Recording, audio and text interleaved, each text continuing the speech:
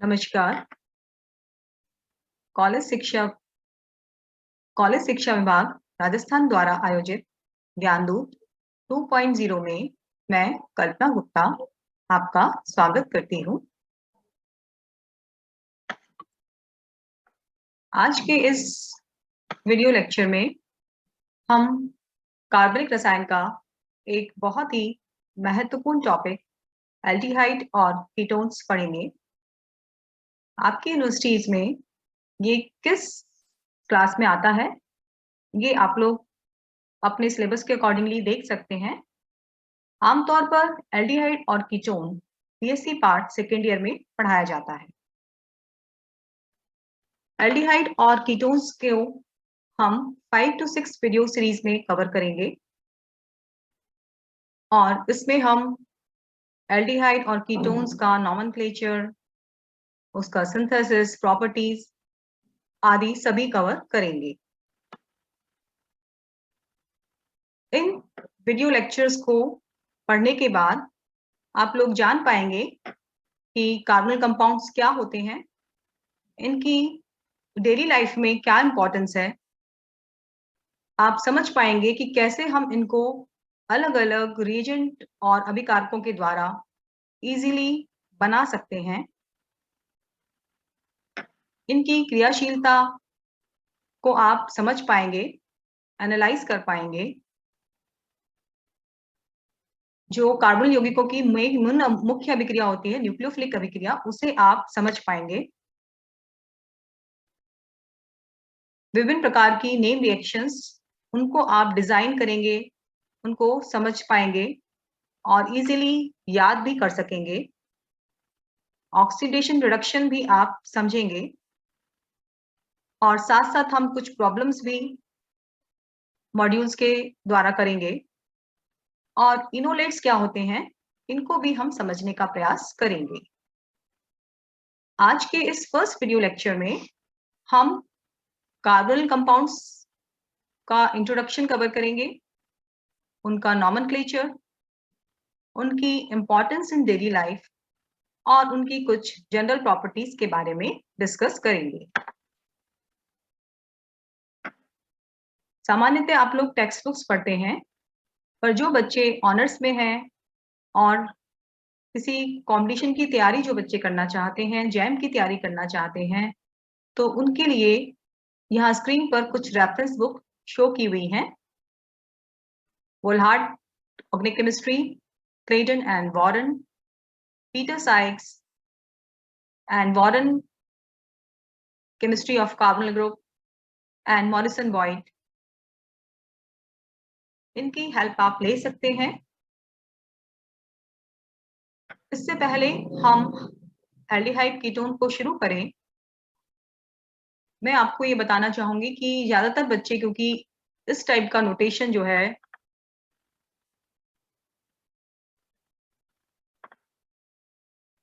जब भी हम किसी कार्बनिक यौगिक को लिखते हैं तो हम इस तरह से कार्बन और हाइड्रोजन और उनके बीच में बॉन्ड को शो करके दर्शाते हैं। किंतु अब जो हम पढ़ने वाले हैं इन मॉड्यूल्स के थ्रू, उसमें हमने ज्यादातर अभिक्रियाओं में बॉन्ड लाइन नोटेशन के द्वारा यौगिक को रिप्रेजेंट किया है, तो जिससे कि आप इजीली समझ सकते हैं और हम जल्दी भी उसको लिख पाते हैं। उदाहरण के तौर पर देखिए 2-ब्यूटीन, जिसको कि यहाँ आप इस तरह से जब लिखते हैं और बॉन्ड नोटेशन में ये इस तरह से आता है।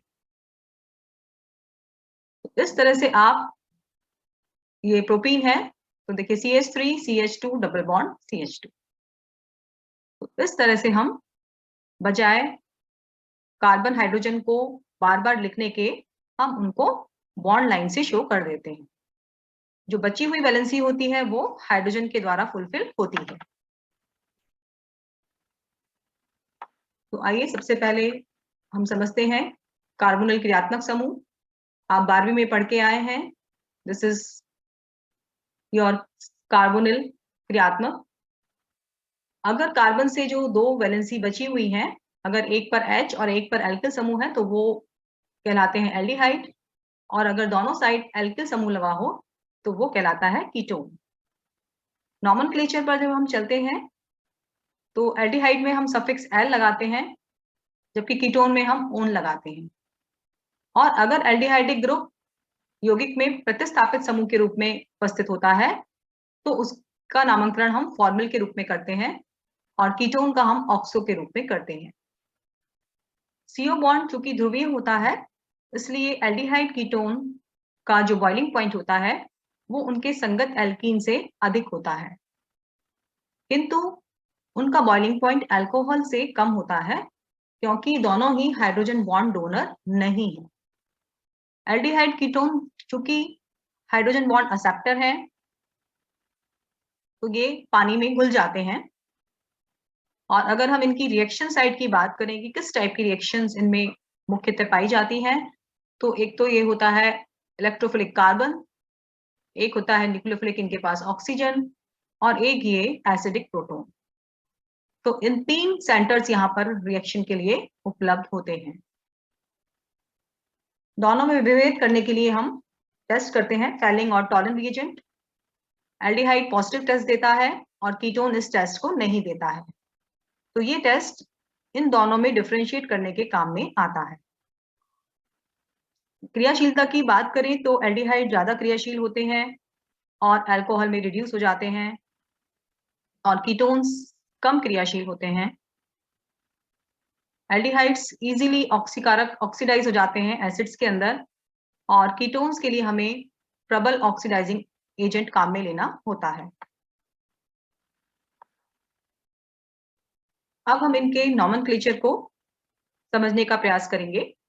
आप स्क्रीन पर देख सकते हैं, सफिक्स हम एल लगाते हैं और जितने कार्बन है उसके पीछे सब पैरेंट चेन जितने कार्बन की उसके पीछे हम एल लगा देंगे। तो मिथेनॉल, इथेनॉल, 5 कार्बन है पेंटेनॉल, और यहाँ पर 1 2 पर क्लोरो है तो 2 क्लोरो पेंटेनॉल। इसी तरह से ये ब्यूटेनॉल। अब आपको स्क्रीन के ऊपर कीटोन्स का नॉमेनक्लेचर हम डिस्कस कर रहे हैं। कीटोन्स में हम पैरेंट चेन में ओन लगा देते हैं। मिनिमम 3 कार्बन से शुरू होता है कीटोन, इसलिए प्रोपेनॉन IUPAC नेम और कॉमन नेम एसीटोन। ये ब्यूटेन 2 ऑन, तो इसलिए कभी भी 1 पे तो कीटोन आएगा ही नहीं, हमेशा 2 से शुरू होगा। साइक्लिक कंपाउंड साइक्लोहेक्सेनॉन, और अगर पाई बॉन्ड भी प्रेजेंट है तो आपको उसकी पोजीशंस बतानी होगी। यहाँ पर इसका नंबर हो गया 1, ये 2, 3, 4, तो 4 पर पाई बॉन्ड है तो इसलिए 4 इन। 5 कार्बन है पेंट, पहले हम पेरेंट चेन के नंबर बोलेंगे पेंट, फिर 4 पे जो दूसरा प्रतिस्थापित समूह लगा है जो भी 4 इन, और फिर 2 पर ओन, क्योंकि सफिक्स हम एंड में लगाते हैं क्रियात्मक समूह का। और ये है एरोमेटिक कीटोन, एसिटोफिनॉन और बेंजोफिनॉन। अगर एक ही कार्बनिक यौगिक में दोनों क्रियात्मक समूह एल्डिहाइड और कीटोन दोनों उपस्थित होते हैं तो उस केस के अंदर प्रायिकता के बेसिस के ऊपर एल्डिहाइड का सफिक्स लगाया जाता है एल, और कीटोन एज ए प्रतिस्थापित समूह के रूप में जाना जाता है। तो इस यौगिक में अगर हम देखें तो 1 2 3 4 5 कार्बन की चेन है, 4 पर कीटोन है, किंतु जो पेरेंट चेन है वो किसकी आएगी, एल्डिहाइड की। तो इसलिए 4 पर कीटोन है तो हम क्या बोलेंगे, 4 ऑक्सो पेंटेनॉल। यहाँ पर 3 और 4 पर 2 कीटोनिक समूह हैं, तो 3 4 2 है, 2 कीटोन है तो डाई ऑक्सो हो जाएगा और पेंटेनॉल। इसलिए 3 पर कीटोनिक ग्रुप है, 2 पर मैथिल है, तो 2 मैथिल 3 ऑक्सो, 4 कार्बन है 1 2 3 4, तो ब्यूटेनॉल। इसी प्रकार से अगर किसी यौगिक में एल्डिहाइड दूसरे क्रियात्मक समूह के साथ है और उस क्रियात्मक समूह की प्रायिकता एल्डिहाइड से जो कि ज्यादा है, तो एल्डिहाइड एज ए प्रतिस्थापित समूह हुआ, तो इसलिए इसका नाम होगा 2 फॉर्मिल बेंजोइक एसिड।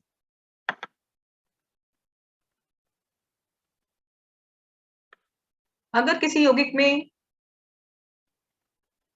दो कीटोनिक समूह प्रेजेंट हैं तो हमें उनकी पोजीशन बतानी पड़ती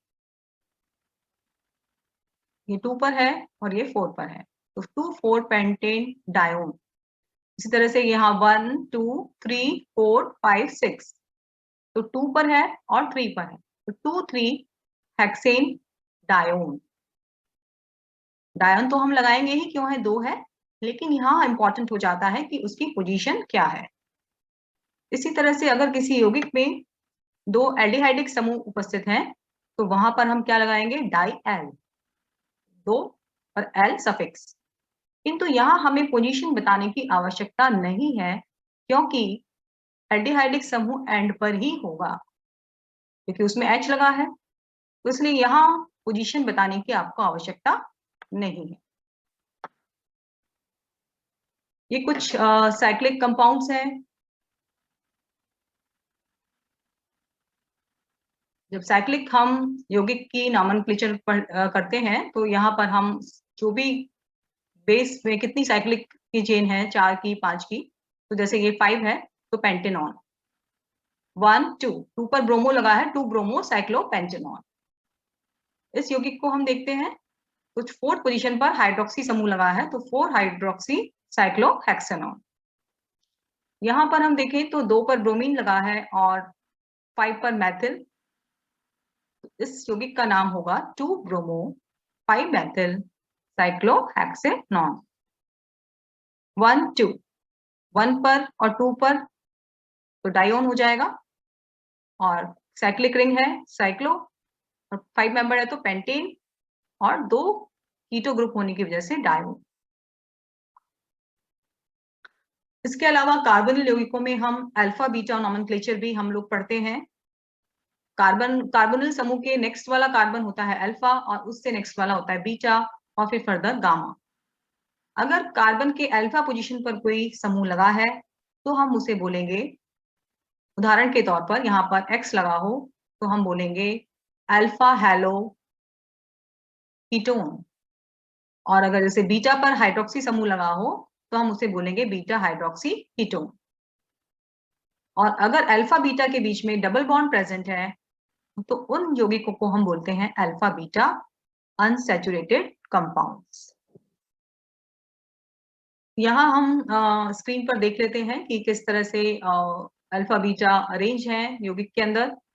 ये कार्बोनिल यौगिक है, ये अल्फा, ये बीटा, ये गामा। इसी तरह से बीटा पे हाइड्रोक्सी है तो ये बीटा हाइड्रोक्सी कीटोन है, और अभी जैसे मैंने बताया कि अगर दोनों के बीच में पाई बॉन्ड है तो उसे हम कहते हैं alpha beta unsaturated ketone. Ester, this is ester, इससे next carbon alpha beta ester है, और अगर बीटा पर कीटोन ग्रुप लगा है तो उसे हम कहेंगे बीटा कीटो एस्टर। इसी तरह से ये साइक्लिक एस्टर है, और यहाँ पर भी हम अल्फा बीटा नॉमेनक्लेचर यूज करते हैं। ये कुछ और कंपाउंड्स हैं जहाँ साइक्लिक एल्डिहाइड्स हैं। तो एल्डिहाइड है तो नेचुरली कार्बन जो होगा वो एंड पर होगा, यहाँ पर इसके साथ तो नहीं जुड़ सकता, अंदर तो नहीं आ सकता CO ग्रुप, वो तो कीटोन हो जाएगा। तो ये है साइक्लोहेक्सेन, क्योंकि 6 मेंबर रिंग है, और इसको हम बोलेंगे कार्बेल्डिहाइड। इसमें हम लगाते हैं कार्बेल्डिहाइड। इसका जब, ये आपको ध्यान रखने की जरूरत है कि साइक्लिक रिंग्स के अंदर हम एल्डिहाइड के लिए हम यूज करते हैं कार्बेल्डिहाइड।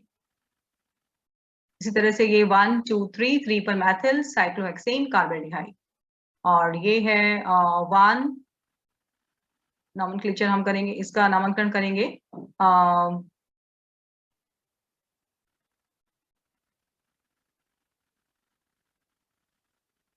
1 2 3, ये आएगा 3 डाइब्रोमो साइक्लोपेंटेन कार्बेल्डिहाइड। और ये है trans 2 methyl cyclopentane carbaldehyde. Dash का मतलब होता है कि ये बॉन्ड ऊपर की तरफ है, और डार्क लाइन, सॉरी, डैश का मतलब होता है ये बॉन्ड नीचे की तरफ है, और डार्क लाइन का मतलब होता है कि ये बॉन्ड रिंग के अंदर ऊपर की तरफ है, यानी कि एक बॉन्ड की डायरेक्शन नीचे है और एक बॉन्ड की डायरेक्शन ऊपर है, तो इसलिए ये कहलाता है ट्रांस। अगर दोनों ही बॉन्ड की डायरेक्शन ऊपर ऊपर हो, जैसे ये CHO भी ऊपर है क्योंकि ये हमने डार्क से शो किया है, और ये CH3 भी ऊपर है, तो इसका जब हम नामकरण करेंगे तो ये सेस हो जाएगा। तो इसलिए ये हो गया ट्रांस 2 मैथिल साइक्लोपेंटेन, और हम क्या एल्डिहाइड के लिए हम क्या यूज करेंगे, पूरा कार्बेल्डिहाइड। तो इस तरह से साइक्लिक जो एल्डिहाइडिक ग्रुप हैं उनका नामकरण आप इस तरह से करेंगे। अगर एल्डिहाइड या कीटोन के साथ साथ अल्कोहलिक ग्रुप भी यौगिक में उपस्थित है, तो उस स्थिति में चूंकि प्रायिकता पहले एल्डिहाइड और कीटोन को ही दी जाती है, तो alcoholic group as a hydroxy के रूप में जाना जाता है। तो यहाँ पर 1 2 3 4 4 पर हाइड्रोक्सी लगा है, तो 4 हाइड्रोक्सी ब्यूटेनॉल, और यहाँ हम देखें तो 1 2 3 3 पर लगाया है मैथिल समूह, और 4 पर हाइड्रोक्सी, तो 4 हाइड्रोक्सी 3 मैथिल ब्यूटेनॉल। यहाँ आप देखिए 1 2 3 4 पर हाइड्रोक्सी और 2 पर और 2 ब्यूटेनॉल। यहाँ हम 2 ब्यूटेनॉल इसलिए लिख रहे हैं क्योंकि ये 3 भी है, तो 3 पर भी हो सकता है, इसलिए आपने को पोजीशन बतानी जरूरी है। यहाँ हम देखें तो चेन को हम देखें 1 2 3 4 5 मेंबर्ड रिंग है, सॉरी 5 कार्बन वाली चेन है, और 1 पर और 5 पर हाइड्रोक्सिल है, और 1 2 3 और 3 पर है कीटोन। तो 1 5 डाइहाइड्रोक्सी 3 पेंटेनॉल आपको ये बता रहा है कि 3 पर आपको कीटोनिक समूह को लगाना है। अब ये प्रैक्टिस के लिए मैं आपको ये कुछ यौगिकों के नाम लिखे हुए हैं, आप इनको पढ़ के इनका स्ट्रक्चर बनाने का प्रयास करेंगे, अंत में हम इसको डिस्कस करेंगे। तो आप ये 5 जो कंपाउंड्स लिखे हुए हैं लास्ट में हम इनको देखेंगे। एक और प्रैक्टिस क्वेश्चन है, यहाँ आपको स्ट्रक्चर दी हुई है और आपको इनका नाम लिखना है। आपकी सहूलियत के लिए मैंने कार्बन पर डॉट लगा दिए हैं जो बेस कार्बन है,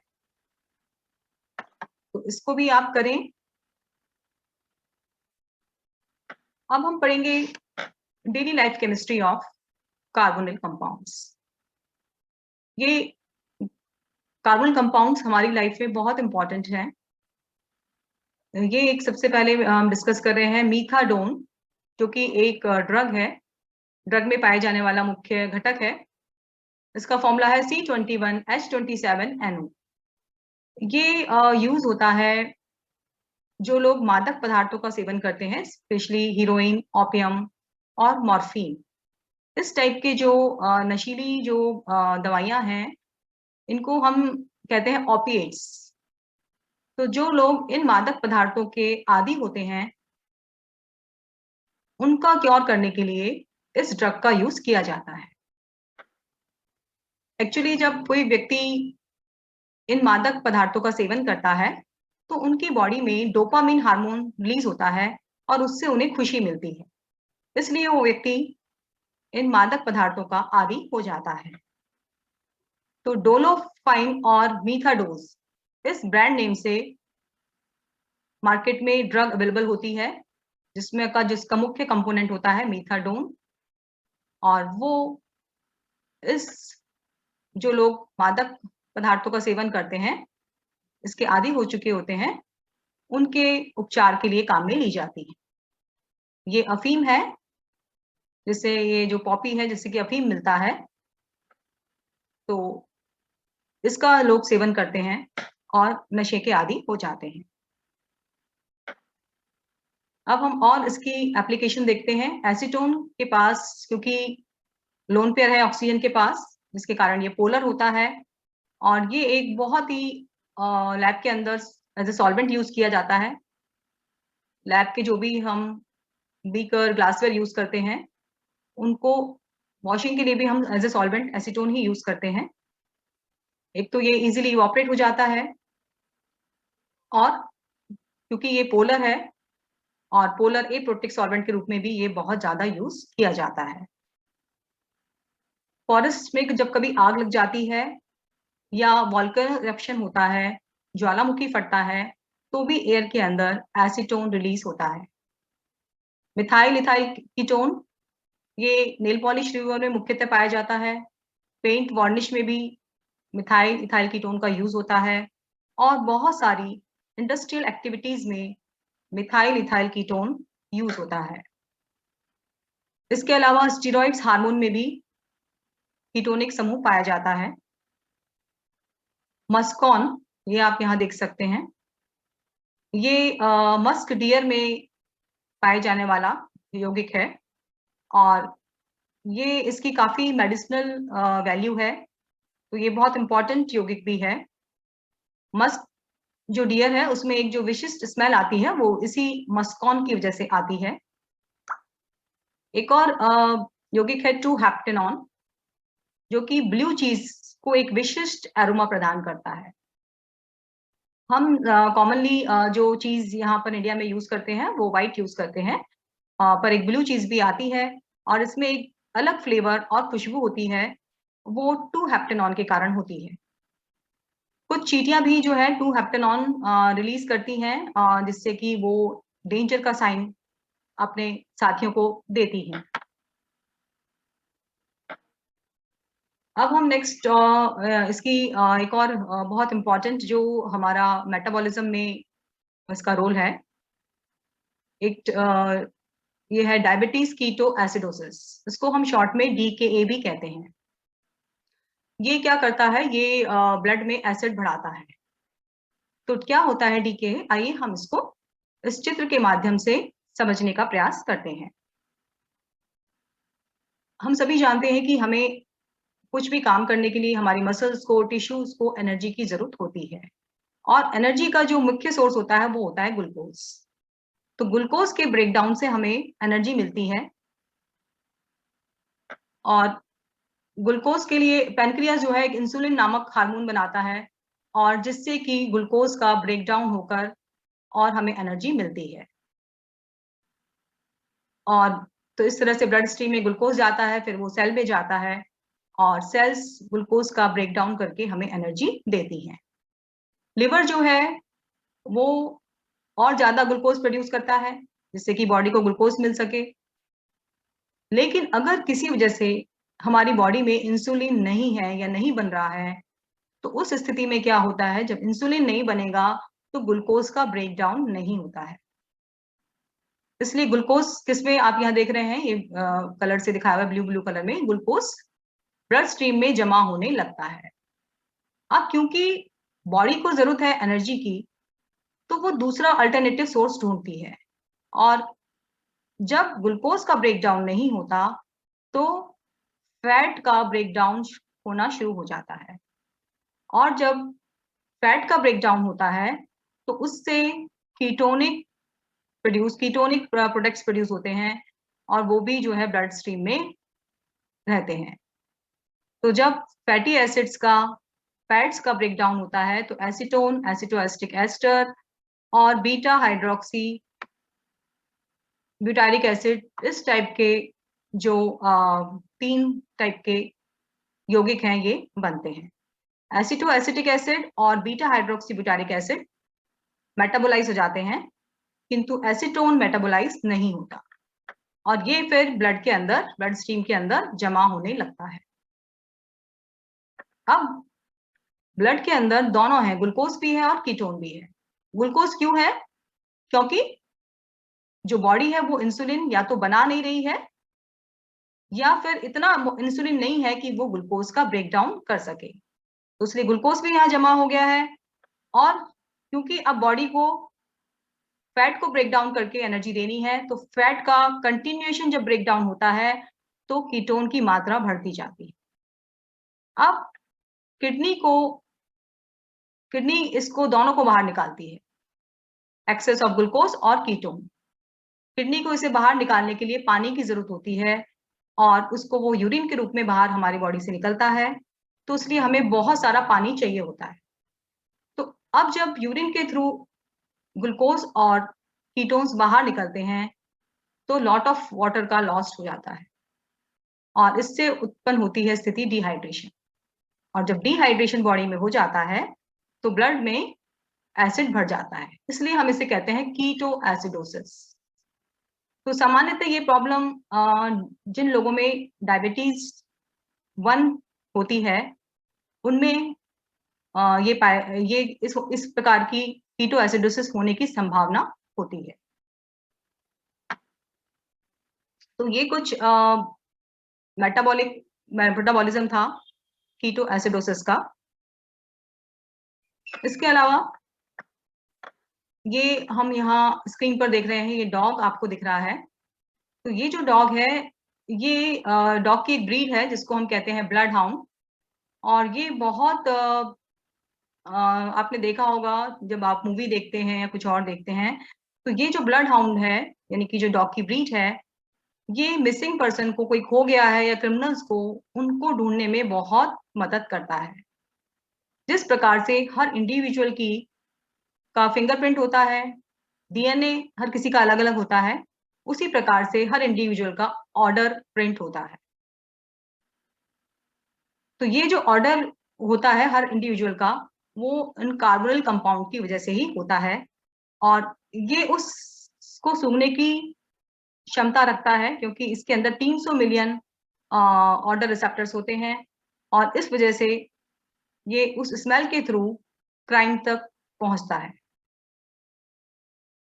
धनिया जो कि हम बहुत यूज करते हैं, तो जो कोरिएंडर है इसमें 40 डिफरेंट टाइप्स के कार्बनिक यौगिक होते हैं और अगर हम इन कार्बनिक यौगिक को देखें तो उसमें 82% जो है एल्डिहाइड्स होते हैं जो कि इसको एक विशिष्ट एरोमा प्रदान करते हैं। फॉर्मेल्डिहाइड नॉर्मली ये रूम टेम्परेचर पर गैसीय अवस्था में होता है और ये एक बहुत बड़ा डिसइंफेक्टेंट है, एंटीबैक्टीरियल है। आप बायोलॉजी के बच्चों ने लैब में देखे होंगे स्पेसिमेंस और वहां हम इनको प्रिजर्व करते हैं फॉर्मेलिन सॉल्यूशन में। फॉर्मेलिन सॉल्यूशन क्या होता है, कितना % फॉर्मेल्डिहाइड का सॉल्यूशन होता है, आप लोग चैट बॉक्स में लिख सकते हैं। इसके अलावा बहुत सारे फॉर्मेल्डिहाइड से पॉलीमर बनाए जाते हैं, बेकेलाइट है, मेलाइन है, 3D पॉलीमर्स हैं। फॉर्मेलिन जो होता है वो 40% फॉर्मेल्डिहाइड का सॉल्यूशन होता है। कुछ और फैक्ट्स हम इसके बारे में आपको बताना चाहेंगे। जब आप वुड जलाते हैं, वुड फायर्स में भी नेचुरली जो उसके धुएं के अंदर भी फॉर्मेल्डिहाइड प्रेजेंट होता है। इसकी बहुत तीखी स्मेल होती है और ये कार्सिनोजेनिक भी होता है। हमारी जो बॉडी है, हम इसको कितना टॉलरेट कर सकते हैं, वो हम कर सकते हैं 0.1 पार्ट्स पर मिलियन तक। इसके ऊपर अगर ये एटमॉस्फेयर में होता है तो हमारी आंखों में जलन होने लगती है। लार्ज स्केल पर फॉर्मेल्डिहाइड को मिथेनॉल के ऑक्सीडेशन से बनाया जाता है। एल्डिहाइड ये भी वातावरण को प्रदूषित करता है। इसके अलावा इसका यूजफुल भी है बहुत। आप लोगों ने एक टर्म पढ़ी होगी, शुगर का कैरेमलाइजेशन। जब शुगर को हम बहुत स्लोली कुक करते हैं तो जो उसमें एल्डिहाइडिक ग्रुप होता है शुगर के अंदर, वो कन्वर्ट हो जाता है अनसैचुरेटेड एल्डिहाइडिक ग्रुप में, यानी कि साइक्लिक से वो किस में बदल जाता है, एसाइक्लिक में। और उसकी वजह से वो एक ब्राउन कलर, कैरेमल कलर उसमें हमको देखने को मिलता है। और चूंकि तो बहुत सब्जियों में, किसी सब्जियों में उसे कैरेमल कलर देने के लिए शुगर की ब्राउनिंग की जाती है। यहाँ आप देख रहे हैं ये वनीला आइसक्रीम हम सभी लोग खाते हैं और तो वनीला में आइसक्रीम में जो एक एरोमा या खुशबू होती है वो इस वेनिलीन एल्डिहाइडिक की वजह से होती है।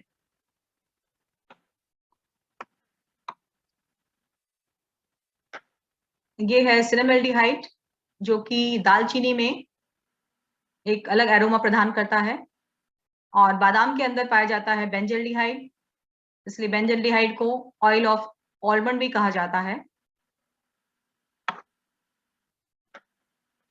एक और बहुत इंपॉर्टेंट रोल है एल्डिहाइड्स का, दैट इज रेटिनल। आप देख रहे हैं एल आ रहा है लास्ट में, this is the composition of retinal. Aldehydic group है और बहुत सारे पाई बॉन्ड्स हैं। तो ये जो रेटिनल है, ये प्रोटीन जो है ऑप्सिन उसके साथ कंबाइंड होकर रोडोप्सिन बनाता है, और जो कि हमारे को विजन में देखने में सबसे ज्यादा इंपॉर्टेंट रोल प्ले करता है। तो इस तरह से आप देख सकते हैं कि कितने इंपॉर्टेंट हैं एल्डिहाइड और कीटोन हमारे दैनिक जीवन में। तो हमें इनके बारे में ये पता होना चाहिए। अब हम इसको समराइज करें, इसके सब एप्लीकेशंस को, तो यहाँ हम देख सकते हैं कि ये are use as a synthetic reagents, dyes और ड्रग में ये यूज होते हैं, एज ए विलाइट के रूप में एल्डिहाइड कीटोन्स का यूज किया जाता है। कई प्रकार के पॉलीमर्स इनसे बनाए जाते हैं, बेकेलाइट, परफ्यूम्स में भी इनका यूज होता है। तो ये इस तरह से इनके एप्लीकेशंस के बारे में आपको समझाने का प्रयास किया गया है। अब हम इनकी स्ट्रक्चर और प्रॉपर्टीज को थोड़ा डिस्कस करेंगे। क्योंकि CO बॉन्ड पोलर होता है, इनका डायपोल मोमेंट ज्यादा होता है अल्किल हैलाइड और ईथर से। दो मॉलिक्यूल के बीच में हाइड्रोजन बॉन्डिंग नहीं होती है, बट पानी, अल्कोहल और अमीन्स के बीच में के साथ इनकी हाइड्रोजन बॉन्डिंग होती है, अल्कोहल में घुल जाते हैं। जो लोअर मेंबर हैं 2-3 कार्बन वाले, वो पानी में इजीली घुल जाते हैं, लेकिन जैसे जैसे चेन बढ़ती है इनसॉल्युबिलिटी बढ़ती जाती है। ये है जो फॉर्मल्डिहाइड है वो 2 ड्राई फॉर्म में मिलता है, ये ट्राइऑक्सिन, 3 एल्डिहाइड के मॉलिक्यूल इस तरह से ट्राइऑक्सिन बना लेते हैं, या कई सारे मॉलिक्यूल फॉर्मल्डिहाइड के मिलके पैरा फॉर्मल्डिहाइड भी बनाते हैं। तो CO ग्रुप चूंकि पोलर है, इसलिए कार्बन पर आंशिक पॉजिटिव, ऑक्सीजन पर आंशिक नेगेटिव चार्ज आ जाता है। और यहाँ हम देख सकते हैं इस तरह से ये सिग्मा बॉन्ड इनके बीच में, ये अनहाइब्रिडाइज्ड p ऑर्बिटल कार्बन का और अनहाइब्रिडाइज्ड p ऑर्बिटल ऑक्सीजन का मिलकर पाई बॉन्ड बनाते हैं। और ये येलो से lone pair of electron oxygen के दिखाए हुए हैं, 2 लोन पेयर ऑफ इलेक्ट्रॉन। ये कार्बन की इलेक्ट्रोफिलिक साइट है, ये ऑक्सीजन की न्यूक्लियोफिलिक साइट है, और ये CH2 का एसिडिक प्रोटॉन है जिसको बेस के द्वारा रिमूव किया जा सकता है। तो इस तरह से ये इसकी 3 रिएक्टिविटी साइट्स हैं। अब हम इसका IR और मास NMR स्पेक्ट्रोस्कोपी देखते हैं। यूजुअली कार्बोनिल समूह जो है वो स्ट्रेचिंग फ्रीक्वेंसी दिखाता है 1710 पर। अगर उसमें कॉन्जुगेशन हो तो फ्रीक्वेंसी थोड़ी कम हो जाती है 1685 से 1690 के बीच में। और अगर रिंग वाले कंपाउंड हैं, एल्डिहाइड कीटोन्स हैं, तो फ्रीक्वेंसी थोड़ी सी बढ़ जाती है स्ट्रेन की वजह से। और अगर एल्डिहाइडिक ग्रुप है तो उस पे CH स्ट्रेचिंग फ्रीक्वेंसी भी होगी 2710 और 2810 पर, जो कि कीटोन में नहीं होगी। तो इस तरह से कीटोन एल्डिहाइड में इस फ्रीक्वेंसी के द्वारा आप विभेद कर सकते हैं। NMR में एल्डिहाइड जो है 9 से 10 की रेंज में प्रोटॉन का उसका पीक आता है, और CO के पास वाला CH3 है तो वो सिंगलेट दिखाता है 2.1 डेल्टा पर। और अगर CH2 है कार्बोनिल के पास वाले कार्बन पर तो मल्टीपल पीक आती है 2.5 पर। तो इस तरह से हम इनके IR और NMRs के पीक को देखकर इन क्रियात्मक समूह की पहचान कर सकते हैं।